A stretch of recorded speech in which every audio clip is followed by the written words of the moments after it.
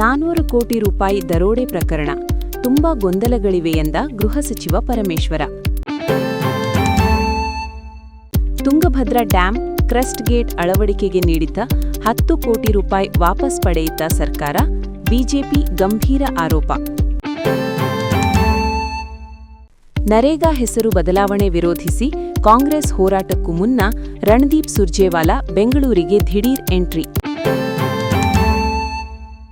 ಭಾರತ ಇಂಧನ ವಲಯವು $500 ಶತಕೋಟಿ ಹೂಡಿಕೆ ಅವಕಾಶ ನೀಡುತ್ತಿದೆ. ಪ್ರಧಾನಿ ಮೋದಿ, ಬದರಿನಾಥ ಕೇದಾರನಾಥ ದೇವಾಲಯಕ್ಕೆ ಹಿಂದೂಗಳಲ್ಲದವರಿಗೆ ಪ್ರವೇಶ ನಿಷೇಧ.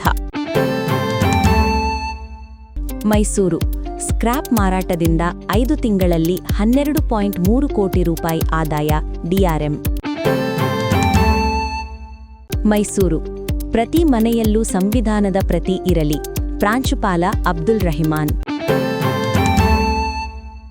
ಏಷ್ಯನ್ ಚಲನಚಿತ್ರೋತ್ಸವ, ಅತ್ಯುತ್ತಮ ಚಲನಚಿತ್ರ ಪ್ರಶಸ್ತಿ ಪಡೆದ ವಿಕ್ಟೋರಿಯಾ.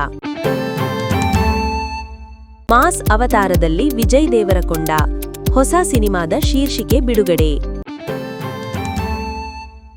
ನಾಯಕತ್ವ ಕಳೆದುಕೊಂಡ ಮಯಾಂಕ್ ಅಗರ್ವಾಲ್, ರಾಜ್ಯ ತಂಡಕ್ಕೆ ದೇವದತ್ತ ನಾಯಕ.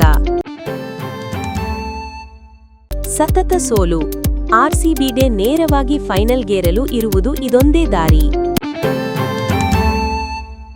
400 ಕೋಟಿ ರೂಪಾಯಿ ದರೋಡೆ ಪ್ರಕರಣ, ಹಣ ಸಾಗಿಸುತ್ತಿದ್ದ ಕಂಟೈನರ್ ಚಾಲಕರು ಕೊನೆಗೂ ಸಿಕ್ಕಿಬಿದ್ರ.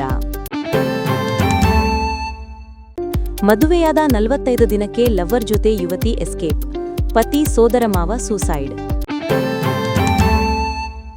ಸಿಎಂ ಹೆಸರು ಹೇಳ್ಕೊಂಡು ದಂಪತಿಗೆ ಕಾಂಗ್ರೆಸ್ ಮುಖಂಡನ ಧಮ್ಕಿ, ಹಲ್ಲೆ. ಪ್ರಧಾನಿ ಮೋದಿ ರಾಷ್ಟ್ರಪತಿಗೆ ದೂರು.